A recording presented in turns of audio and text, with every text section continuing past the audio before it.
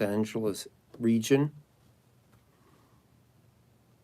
A January 9 news article on the KSBW website indicates a number of wildfires are burning in the Los Angeles region. Over 7,500 firefighters are trying to contain the storm of fire. Over 130,000 people have been evacuated. 5 people confirmed dead. In a situation like this, the statistics can change by the hour, by the day for sure. So you want to check back to trusted news sources to get updated information. This is a concern to me for a number of reasons. My heart has long been with Southern California. So I spent time in summer school doing graduate studies in Southern California. I remember reports then of one house catching on fire and just kind of spreading from house to house, and a number of houses would be involved. A number of years later, I was involved in a fire, in that the fire was a fire in the building where I was living, the apartment building. Started in someone's apartment and spread through quite a bit of the building. They came close to losing the building. Remember what it felt like to have no place to stay. Everyone else had relatives or friends they could stay with, but there were a couple of us that didn't.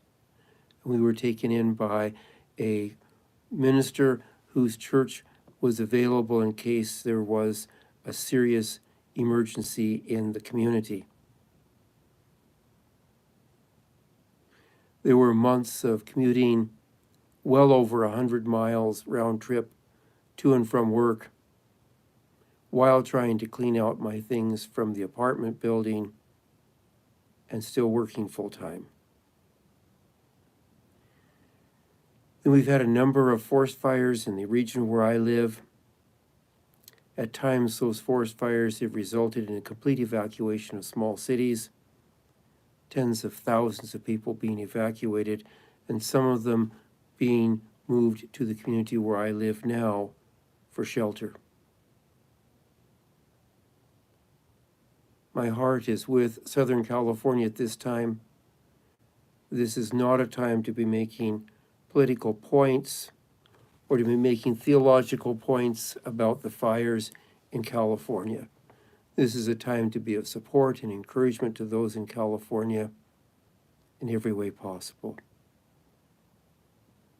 When there are times of major disaster, loss of life, it is not unusual for people to read a psalm of lament, and that's what I'm going to do. I'm going to read a portion of Psalm 6,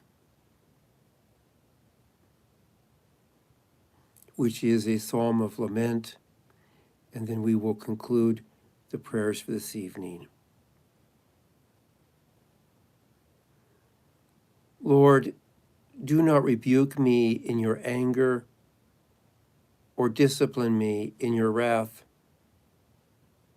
Have mercy on me, Lord, for I'm faint. Heal me, Lord, for my bones are in agony. My soul is in deep anguish. How long, Lord? How long? Turn, Lord, and deliver me. Save me because of your unfailing love. Among the dead, no one proclaims your name. Who praises you from the grave? I am worn out from my groaning. All night long, I flood my bed with weeping and drench my couch with tears.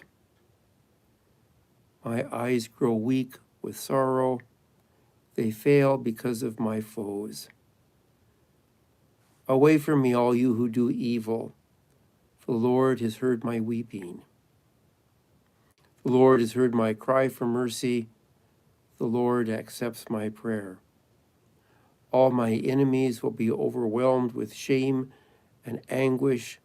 They will turn back and suddenly be put to shame.